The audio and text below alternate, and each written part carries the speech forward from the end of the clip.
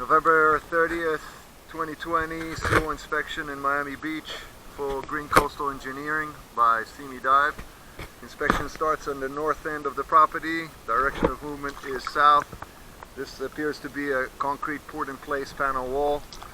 No pilings, and the cap is covered by a superstructure retaining wall on top of it.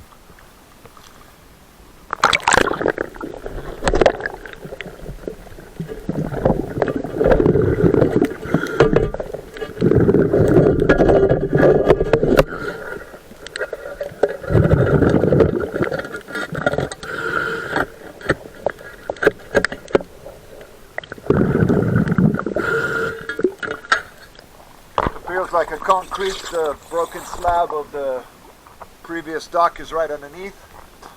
Not obstructing the seawall, but still debris in the water.